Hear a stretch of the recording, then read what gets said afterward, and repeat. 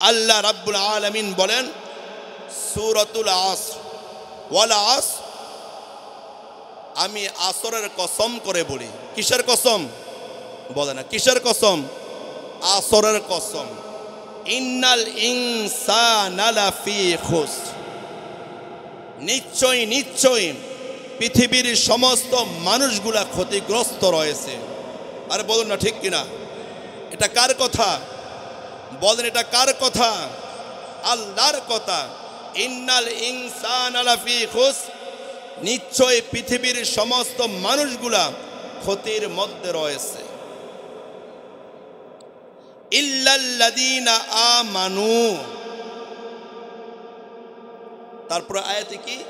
ইল্লাল্লাযীনা আমানু, যারা আমি আল্লাহর প্রতি ঈমান এনেছে। সুবহানাল্লাহ বলেন। আওয়াজ নেই, সুবহানাল্লাহ বলেন আরো জোরে। ইল্লাল্লাযীনা আমানু, যারা আমি আল্লাহর প্রতি ঈমান এনেছে তারা ছাড়া। তাহলে ইন্নাল ইনসানা লাফি খুসর, নিশ্চয় নিশ্চয় পৃথিবীর সমস্ত মানুষ ক্ষতির মধ্যে রয়েছে। তারপর আয়াতে আল্লাহ রাব্বুল আলামিন বলেন ইল্লাল্লাযীনা আমানু, যারা ঈমান এনেছে, যারা ঈমানদার, যারা মুত্তাকিন, যারা পরহেজগার, তাদেরকে ছাড়া। সুবহানাল্লাহ বলেন না, আরো জোরে বলুন সুবহানাল্লাহ। ওয়া আমিলুস সলিহাত, যারা নেক আমল করে। সুবহানাল্লাহ বলেন না, যারা কি করে? নেক আমল করে। তাহলে এখানে আমরা বুঝতে পারি যারা ঈমানদার তারা নামাজ পড়ে, ঠিক কিনা বলুন? যারা ঈমানদার তারা রোজা রাখে, যারা ঈমানদার তারা হজ করে, যারা ঈমানদার তারা যাকাত দেন, যারা ঈমানদার তারা সত্যবাদীর সাথে চলে, যারা ঈমানদার তারা হারাম খেতে পারে না, যারা ঈমানদার তারা ঘুষ খাইতে পারে না, যারা ঈমানদার তারা সুদ খাইতে পারে না, যারা ঈমানদার তারা মা বাপের সাথে বেয়াদবি করতে পারে না, যারা ঈমানদার তারা ওলি আউলিয়া কেরামদের সাথে বেয়াদবি করতে পারে না। সবাই বলুন ঠিক কিনা, আওয়াজ দিয়ে বলুন ঠিক কিনা। তাহলে পৃথিবীর সমস্ত মানুষ ক্ষতিগ্রস্তের মধ্যে রয়েছে। তারপর আল্লাহ রাব্বুল আলামিন বলেন না, ইল্লাল্লাযীনা আমানু, যারা আমি আল্লাহর প্রতি ঈমান এনেছে তাদেরকে ছাড়া। সুবহানাল্লাহ বলেন, আরো জোরে বলুন সুবহানাল্লাহ।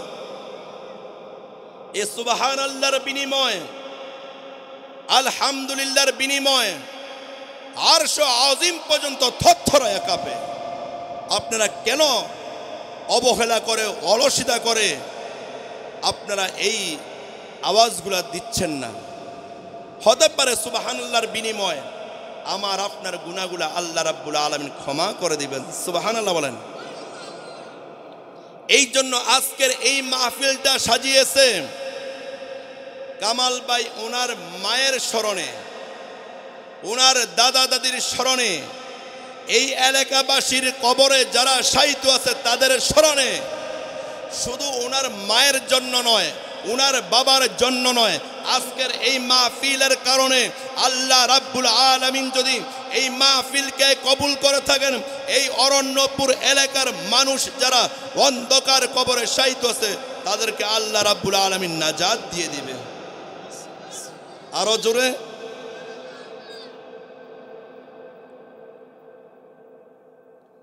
আল্লাহ রাব্বুল আলামিন পবিত্র কুরআন শরীফে ইরশাদ করেন, আফাহাসিবতুম আন্নামা খলাকনাকুম আবাসাও ওয়া আন্নাকুম ইলাইনা লা তুরজাউন। আল্লাহু আকবার। আমাদের চলাফেরায় মনে হয়, মানুষের চলাফেরা মনে হয় এ দুনিয়ার পরে আর কোনো দুনিয়া নাই। মানুষের চলাফেরা মনে হয় এই দুনিয়ার পরে আর কোনো জগৎ নেই, ঠিক কিনা? মানুষের চলাফেরা মনে হয় এ দুনিয়া থেকে চিরবিদায় হওয়ার পর আমার আপনার কোনো হিসাব হবে না, ঠিক কিনা? যদি আমি আপনি মনে প্রাণে ঈমান এনে আল্লাহ রাব্বুল আলামিনের ইবাদত করতাম, আমার আপনার এই এলাকার মধ্যে যত মসজিদগুলা রয়েছে একটা মসজিদ পর্যন্ত খালি থাকতো না, ঠিক কিনা? এই জন্য বন্ধুরা রে আমার, ও বন্ধুরে, আল্লাহ রাব্বুল আলামিন বলেন আফা হাসিবতুম আন্নামা খলাকনাকুম আবাসা। আল্লাহ রাব্বুল আলামিন বলেন ও দুনিয়ার বান্দা বান্দিরা, আমি আল্লাহ তাআলা তোমাদেরকে অযথা অনর্থক দুনিয়ার জমিনে পাঠাই না। ওয়া আন্নাকুম ইলাইনা লা তুরজাউন। আল্লাহ রাব্বুল আলামিন বলেন যেই দিন তোমার প্রাণ পাখি উড়ে যাবে আর যেই দিন তোমার শূন্য খাসা পড়ে রবে, আল্লাহ রাব্বুল আলামিন বলেন তোমরা যদি মনে করো আমি আল্লাহর নিকটে তোমরা আসতে হবে না, এই কথাটাই ভুল, এই সিদ্ধান্তটা ভুল, ঠিক কিনা? কে বলেন? আরে বলেন, কে বলেন? আল্লাহ বলেন তোমরা যদি এই সিদ্ধান্ত নিয়ে থাকো তোমাদের মৃত্যুর পরে হিসাব হবে না, তোমাদের জান্নাত জাহান্নাম এইগুলা মিথ্যা মনে করে চলো না, এইগুলা তোমাদের ভুল সিদ্ধান্ত, ভুল সিদ্ধান্ত। আল্লাহ রাব্বুল আলামিন বলেন তারপরের আয়াতে আন্নামা খলাকনাকুম আবাসা ওয়া আন্নাকুম ইলাইনা লা তুরজাউন ফাতাআলাল্লাহুল মালিকুল হক। না, আমি আল্লাহ যা বলেছি সব সত্য বলেছি, সুবহানাল্লাহ বলেন। তারপর কি বলেন? আমি আল্লাহ ফাতাআলাল্লাহুল মালিকুল হক, আমি আল্লাহ তোমাদেরকে কোরআনের মাধ্যমে আমি যা বলেছি আমি আল্লাহ সব সত্য বলেছি, সুবহানাল্লাহ। তাহলে একদিকে আল্লাহ রাব্বুল আলামিন বলেন ওয়া আন্নাকুম ইলাইনা লা তুরজাউন, যেই দিন তোমার প্রাণ পাখি উড়ে যাবে আর তোমার শুধু খাসাটা শুধু পরে রবে। খাসাটা কি? যখন আমার আপনার রুহু থাকে না, আমার আপনার এই দেহের কোনো মূল্য আছে? আরে বলেন আছে? নাই। আল্লাহ রাব্বুল আলামিন বলেন তোমরা যেই দিন তোমাদের প্রাণ পাখি উড়ে যাবে আর তোমার শূন্য খাসা দুনিয়ার জমিনে পড়ে রবে, যদি তোমরা মনে করো মৃত্যুর পরে আমি আল্লাহ তোমাদের হিসাব নেব না, তারপরে আয়াতে বলতেছেন এটা হচ্ছে আমার আপনার ধারণা। কার ধারণা? আমার আপনার এটা ধারণা। যদি এই ধারণায় থাকে তারপর আল্লাহ রাব্বুল আলামিন বলেন ওয়ান ফাতাল লা ইলাহা ইল্লাল্লাহুল হক, এটা হচ্ছে তোমাদের ভুল ধারণা, আমি আল্লাহ যা বলেছি সব সত্য বলেছি, সুবহানাল্লাহ বলুন। আরো জোরে বলুন সুবহানাল্লাহ। আমাদের প্রভু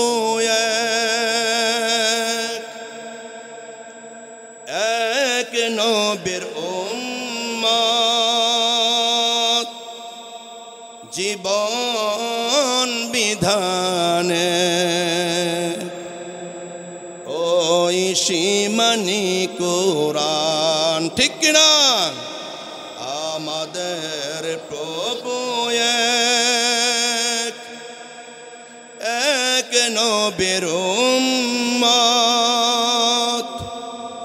জীবন বিধানে ওই সীমানি কোরআন। তবে কেন এক নয় হে মুসলমান, এক হও করি করি আহ্বান, ঠিক কিনা? বাইতুল্লাহ এক, মদিনা শরীফ এক, উহুদ পাহাড় এক, বাইতুল্লাহ এক। এটা আমার আপনার মনে প্রাণে ধারণা আছে কি না? তাহলে আমার আপনার কিসের এত দ্বন্দ্ব? যদি আল্লাহ এক হয়ে যায়, নবীজি এক হয়, তাহলে আমাদের মুসলমানের মধ্যে কেন এত বিভ্রান্তি, কেন এত সিদ্ধান্ত? আল মুসলিমু আখুল মুসলিমু লা ইয়াজলিমুহু। মুসলমান সবাই এক, মুসলমানের মধ্যে কোনো হানাহানি থাকতে পারে না, মুসলমানের মধ্যে কোনো ভাগ বিচ্ছিন্ন থাকতে পারে না। আজকে আমাদের চলাফেরার ক্ষেত্রে আমাদের দেখা যায় আমার আপন ভাই আমি এড়িয়ে চলি, ঠিক কিনা বলুন? আমার আপন চাচা আমি তাকে দেখলে এড়িয়ে চলি। কেন? আমি বাহিরের কথা বলতে চাই না, নিজ ব্যক্তিগত আমাদের পরিবারের আমরা যদি 4 ভাই থাকি, 4 ভাইয়ের 4 সিদ্ধান্ত, ঠিক কিনা বলুন? যদি 2 জন থাকে, 2 জনের 2 সিদ্ধান্ত, ঠিক কিনা বলুন? তাহলে এই ভুল সিদ্ধান্তগুলোর মধ্যে যে আজকে আমাদের এই বাংলাদেশে, শুধু বাংলাদেশ নয় সারা বিশ্বের মধ্যে এক মুসলমান আরেক মুসলমান ভাইকে দেখতে পারি নাই, যার কারণে আল্লাহ রাব্বুল আলামিন আমার আপনাদের নিকটে অতি তাড়াতাড়ি গজব দিচ্ছে, ঠিক কিনা?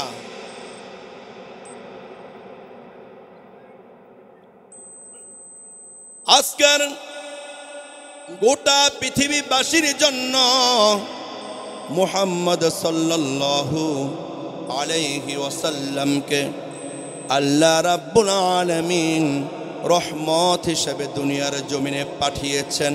কি হিসেবে? রহমত হিসেবে পাঠিয়েছে।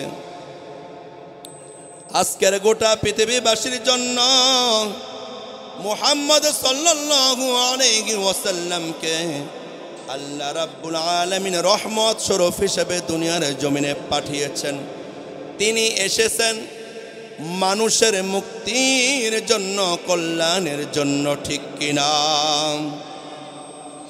আল্লাহ রাব্বুল আলামিন সূরা আম্বিয়ার 107 নং আয়াতের মধ্যে ইরশাদ করেন, ওয়ামা আরসালনাকা ইল্লা রাহমাতাল লিল আলামিন।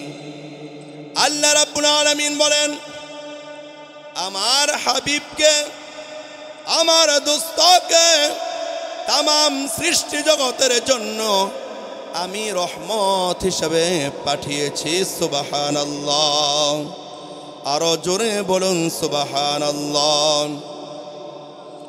এখন আপনারাই বলেন, এই পৃথিবীর জমিনে কেমন করে শান্তি আসবে? এই পৃথিবীর জমিনে, এই রাষ্ট্রের মধ্যে কেমন করে শান্তি আসবে? আমার আপনার মন তৈরি আইন দ্বারা ইসলাম প্রতিষ্ঠিত হবে না। ইসলাম প্রতিষ্ঠিত হবে একমাত্র আল্লাহ রাব্বুল আলামিন কুরআনের বাণীর দ্বারা, ঠিক কিনা? রাসূল সাল্লাল্লাহু আলাইহি ওয়াসাল্লামের হাদিস মোতাবেক ইসলামকে প্রতিষ্ঠিত করতে হবে, ঠিক কিনা? আজকে আমি আমার আপনার মন তৈরি আইন দ্বারা আমি আপনি ইসলামের মধ্যে অনেক নাজায়েজ কাজ করতে চাই, ঠিক কিনা? আজকে কেমন করে এই সমাজে শান্তি আসবে? কেমন করে রাষ্ট্রীয় অশান্তি আসবে? আজকে আমরা মুসলমানরা একে অপরের সাথে মিল না থাকার কারণে আজকে আল্লাহ রাব্বুল আলামিনের তরফ থেকে আমরা গজব পাচ্ছি। আজ আমাদের মুসলমানের মধ্যে ঐক্যবদ্ধ না থাকার কারণে আমরা এক একজন এক এক দিকে চলে যাচ্ছি, ঠিক কিনা? আরো জোরে বলুন, ঠিক কিনা? এই ইসলাম হচ্ছে শান্তির ধর্ম। কিসের ধর্ম? আজকে আমাদের সারা বাংলাদেশ দেখা যায় অশান্তি, কিছু কিছু জায়গায় কিছু কিছু মানুষ অশান্তি ভোগ করতেছে। কেন কেন অশান্তিটা? এই জন্য আমরা মুসলমান হিন্দু বাড়িতে যেতে পারি না। আমরা মুসলমানরা হিন্দু বাড়িতে যেয়ে গীতা পাঠ করতে পারি না।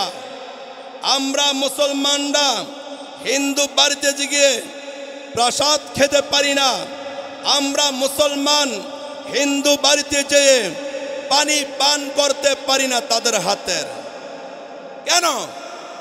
হাদিস শরীফে স্পষ্টভাবে রয়েছে, যদি কোনো মুসলমান বেনমাজি থাকে, ওই বেনমাজির হাত দ্বারা আমরা যদি যারা মুমিন মুত্তাকিন পরহেজগার 5 ওয়াক্ত নামাজ পড়ে, যদি মুসলমান বেনমাজি মুসলমান ঠিক মতো নামাজ পড়ে না, তাদের হাতেরও যদি আমি আপনি কিছু খাই, হাদিস শরীফে রয়েছে 41 দিনের ইবাদত বন্দেগী বরবাদ হয়ে যায়, ঠিক কিনা বলুন? এই জন্য আমি আপনি যখন একটি কদম সামনে বের হব, অনেক চিন্তা ভাবনা করতে হবে, এটা আমি আপনি রাইট করতেছি নাকি আনরাইট করতেছি। সামান্য একটু লোভ লালসার কারণে, কেন বলেন? সামান্য একটু লোভ লালসার কারণে, একটি ভোট পাওয়ার উদ্দেশ্যে আজকে আমাদের সারা বাংলাদেশ নয়, সারা বিশ্ব জুড়ে এই জানি আমাদের ইসলামী জলসা হচ্ছে। মসজিদের মধ্যে জুমার দিন নামাজ পড়তেছি, একটা হিন্দু এসে আইসা আমাদেরকে দেখলো না। আমাদের সমাজের মধ্যে মসজিদের মধ্যে শবে বরাত হচ্ছে, একটা হিন্দু এসে তাকাইলো না। আমার আপনাদের মসজিদে শবে কদর হচ্ছে, একটা হিন্দু এসে আমার আপনার মসজিদে ছুঁয়ে দিয়ে তাকাইলো না, ঠিক কিনা? আজকে আমরা মুসলমান বৎসরে বিশাল আকারে আমরা এক এক জায়গায় এক এক রকমের বিশাল আকৃতিতে ঈদের নামাজ হচ্ছে, জামাত হচ্ছে। কই আমরা তো এমন দেখি না, একটা হিন্দু, একটা বৌদ্ধ, একটা খ্রিস্টান আমাদের মুসলমানের মধ্যে এসে ঐক্যবদ্ধ হয়ে আমাদের সাথে তাল মিলিয়ে কথা বলতে, আমাদের সাথে পরামর্শ করতো, তোমরা নামাজ কেমনে করো, তোমরা কেমনে রোজা রাখো, তোমরা কেমনইভাবে আল্লাহর ইবাদত বন্দেগী করো। তারা তো একদিন আমাদেরকে এসে জিজ্ঞাসা করলো না, আমরা তোমাদের হাতের পানি খাবো, ওই একটা দিন বলল না আমরা তোমাদের ঘরে কিছু খাবার খাবো। তোমরা মুসলমান, তোমাদের হাতে একটা মানুষ তো একটা হিন্দু বৌদ্ধ খ্রিস্টান এসে আমাদের কাছে চাইলো না, ঠিক কিনা? আরে বলুন না, ঠিক কিনা? আমরা মুসলমান বেহায়া, আমাদের মুসলমান ঐক্যবদ্ধ না থাকার কারণে আজকে সারা বাংলাদেশ নয়, সারা বিশ্বে মুসলমানরা শুধু লাঞ্ছিত হচ্ছে, ঠিক কিনা বলুন? একমাত্র ঐক্যবদ্ধ না থাকার কারণে। তাহলে আমরা এক মুসলমান আরেক মুসলমানের সাথে ঐক্যবদ্ধ হয়ে মিল মুহাব্বত নিয়ে চলতে চাই কি চাই না? নাকি আমরা বিচারীদের হাতে কিছু খাবার খাওয়ার আশায়, কিছু তাদের প্রসাদ যেটা আমাদের জন্য না জায়েজ, এটা খাওয়ার আশায় থাকবো? হিন্দুদের হাতের কিছু খাবো নাকি ছেড়ে দেব? আল্লাহ রাব্বুল আলামিন আমাদেরকে হেদায়েত দান করুন, সকলে আমিন। আল্লাহ রাব্বুল আলামিন সূরা বাকারার 38 নং আয়াতের মধ্যে ইরশাদ করেন, فما تبع هداي فلا خوف عليهم ولا هم يحزنون আল্লাহ রাব্বুল আলামিন এ পবিত্র কুরআন শরীফে ইরশাদ করেন, আমার কুরআনের আইন, আমার কুরআনের শাসন যারা মেনে চলবে, বলেন যারা মেনে চলবে আমার কুরআনের আইন, আমার কুরআনের শাসন যারা মেনে চলবে, তাদের জন্য এই দুনিয়ার জমিনে কোনো ভয় নেই। সুবহানাল্লাহ। এই দুনিয়ায় ভয় নাই, আখিরাতেও ভয় নেই, ঠিক কিনা বলুন? শান্তির চাবিকাঠি হলো ইসলামের মধ্যে, কোথায় বলুন? শান্তির চাবিকাঠি হলো ইসলামের মধ্যে। হাদিস শরীফে আল্লাহর প্রিয় হাবিব সাল্লাল্লাহু আলাইহি ওয়াসাল্লাম বলেন, কুরআনের আইন যদি চালু হয়ে যায়, কোন সরকার যদি কুরআনের আইন মতো দেশ চালায়, রাসূল সাল্লাল্লাহু আলাইহি ওয়াসাল্লাম বলেন, দুনিয়ার জমিনে চোরের ভয় থাকবে না, ডাকাতের ভয় থাকবে না, জেনার ভয় থাকবে না, মানুষ চলাফেরা করবে স্বাধীনভাবে, ঠিক কিনা? নারীর মনে কোনো ভয় থাকবে না, পুরুষের মনে কোনো ভয় থাকবে না। আমার আপনার মনের মধ্যে একটাই ভয় হবে, সেই ভয়টা হচ্ছে আল্লাহ রাব্বুল আলামিনের ভয়। সুবহানাল্লাহ। আরো জোরে বলুন সুবহানাল্লাহ।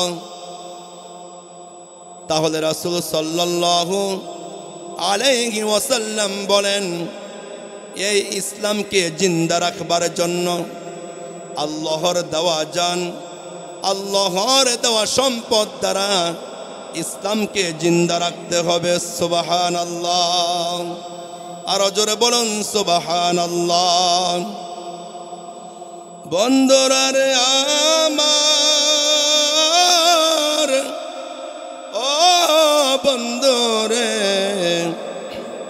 আল্লাহ রাব্বুল আলামিন বলেন, ইয়া আইয়ুহাল্লাযীনা আমানু হাল আদুল্লুকুম আলা তিজারাতিন তুনজিকুম মিন আযাবিন আলীম। আল্লাহু আকবার। আল্লাহ রাব্বুল আলামিন বলেন, হে ঈমানদাররা, আমি তোমাদেরকে এমন একটা ব্যবসার কথা বলবো। আল্লাহ রাব্বুল আলামিন বলেন, যে ব্যবসাটায় তোমাদেরকে জাহান্নাম থেকে বাঁচাইয়া জান্নাতে নিয়ে যাবে। সুবহানাল্লাহ।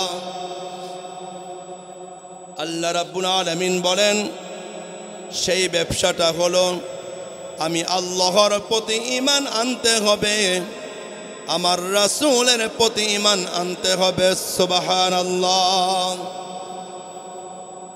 আল্লাহ রাব্বুল আলামিন বলেন, আমি তোমাদেরকে যে জান দিয়েছি, যে সম্পদ দিয়েছি, এই জানও চিরকাল থাকবে না, তোমাদের সম্পদও একদিন থাকবে না, ঠিক কিনা? আরো জোরে বলুন ঠিক কিনা?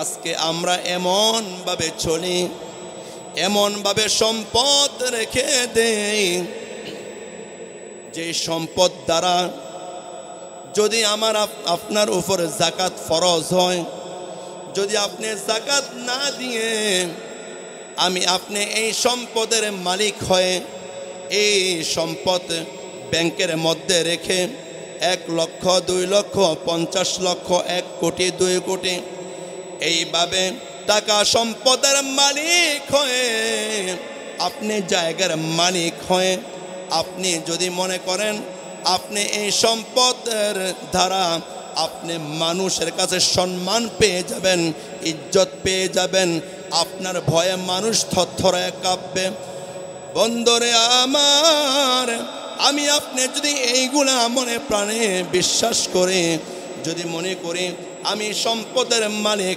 আপনি দুনিয়ার জমিনে সম্পদের মালিক হতে পারেন, কিন্তু আখিরাতের মধ্যে এই সম্পদের দ্বারা সম্পদটুকু হয়ে যাবে সাপ বিচ্ছুর ঘর। ঠিক কিনা? আওয়াজ দিয়ে বলুন ঠিক কিনা?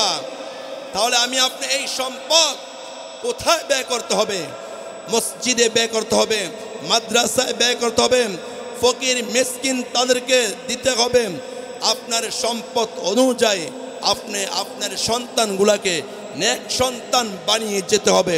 আপনি যদি মনে করেন আপনি টাকার মালিক, আপনি সম্পদের মালিক, আপনার ছেলে টাকার মালিক, সম্পদের মালিক, আপনার সন্তানকে আপনি ইসলাম সম্পর্কে, নামাজ সম্পর্কে কোনো কিছুই শিক্ষা দিচ্ছেন না, হাসরের ময়দানে মনে রাখবেন এই সম্পদ দ্বারা, এই সন্তান দ্বারা হাসরের ময়দানে আপনার আমার কবরে জাহান্নামের আগুন ছাড়া আর কিছুই জ্বলবে না। ঠিক কিনা বলুন?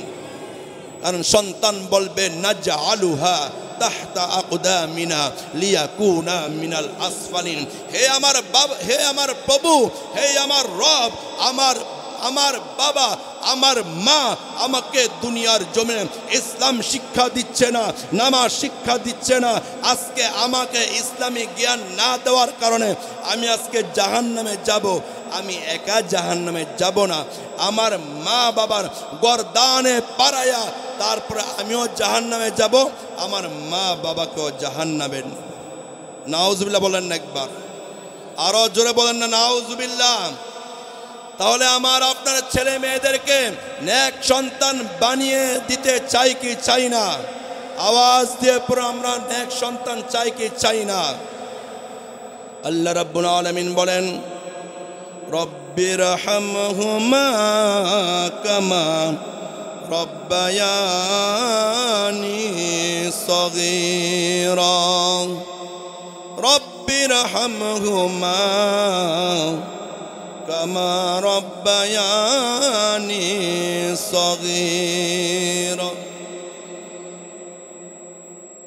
সন্তানগুলা বলে হে আমার প্রভু, হে আমার রব, আমার মা বাবা আমাকে অনেক আদর স্নেহ করে লালন পালন করেছে। আজকে আমার মা দুনিয়ায় নাই, আজকে আমার বাবা দুনিয়ায় নাই, আজকে আমার মা বাবাকেও তোমার রহমতের কুলে তোলে ধরো। সুবহানাল্লাহ, আরো জোরে বলুন সুবহানাল্লাহ। আল্লাহ রাব্বুল আলামিন বলেন তোমার মা তোমাকে বহু কষ্ট করে লালন পালন করেছে। কে বলেন? কে বলেন? আরে বলেন না, কে বলে? আল্লাহ বলেন তোমার মা তোমাকে বহু কষ্ট করে গর্ভে ধারণ করেছেন। গভীর রজনীতে সবাই ঘুমায়, মা জননী এ সন্তানকে গর্ভে ধারণ করে একটি বেলা নয়, 2 দিন নয়, 3 দিন নয়, 10 মাস 10 দিন পর্যন্ত ওই মা জননী সন্তানটাকে গর্ভে ধারণ করতে গিয়ে একটি বেলা ঠিক মতো ঘুমাইতে পারে না। মা যখন রান্না করতে যায়, মা যখন ঘরের আসবাবপত্র পরিষ্কার করতে চায়, সন্তান মায়ের গর্ভে লাথি মারে। কি মারে? বলেন কি মারে? মাথা দিয়ে মায়ের গর্ভে গোতা মারে। মা সহ্য করতে পারে না। মা জননী, আমার ভাইরা, বন্ধুরা, বাবারা, আমরা বুঝতে পারি না। মা এই ব্যথা নিয়ে বসে যায়। সুবহানাল্লাহ বলেন, আরো জোরে বলেন সুবহানাল্লাহ। যখন নাকি 7-8 মাস হয়ে যায় মায়ের গর্ভে সন্তান, দিন দিন মায়ের চিন্তা চলে আসে। এইভাবে করে একদিন নয়, 2 দিন নয়, একটা মা একটা জীবিত সন্তানটাকে গর্ভে রেখে 10টি মাস পর্যন্ত নড়াছড়া করেছেন। কয় মাস?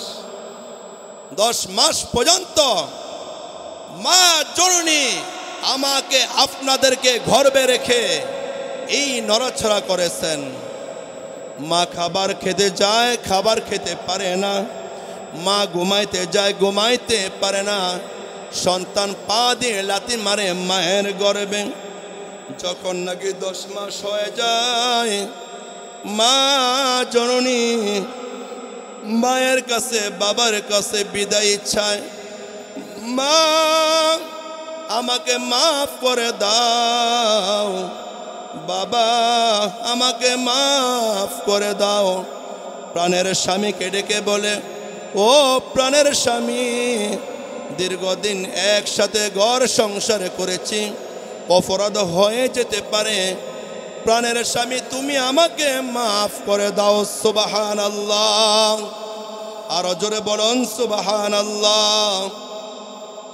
স্ত্রীর স্বামীকে বলে, তুমি আমার সংসারের চাবিগুলা রেখে নাও, হতে পারে আমি নাও বাঁচতে পারি, তুমি আমাকে মাফ করে দাও।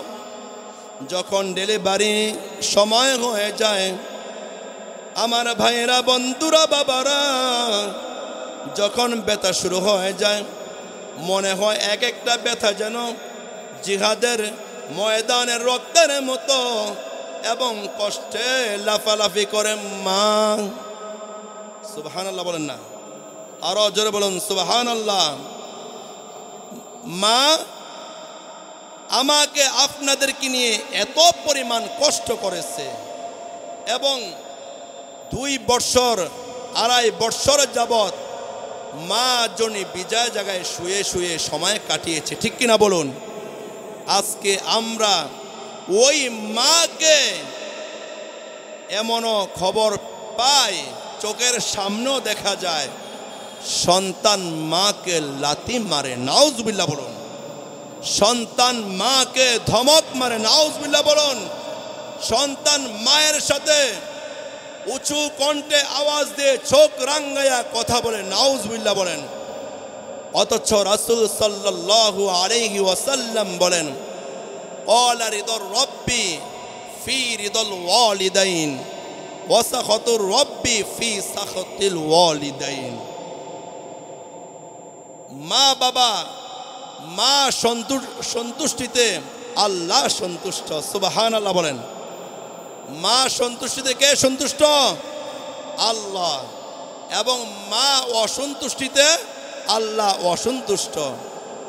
আপনি আমি যদি মাকে মা বলে সব সময় মায়ের পাশে আমরা সন্তান, আমরা মাকে রাখতে চাই, আল্লাহ রাব্বুল আলামিন বলেন তুমি সন্তান জান্নাত পাওয়ার জন্য ওয়াজিব হয়ে যায়। সুবহানাল্লাহ বলেন।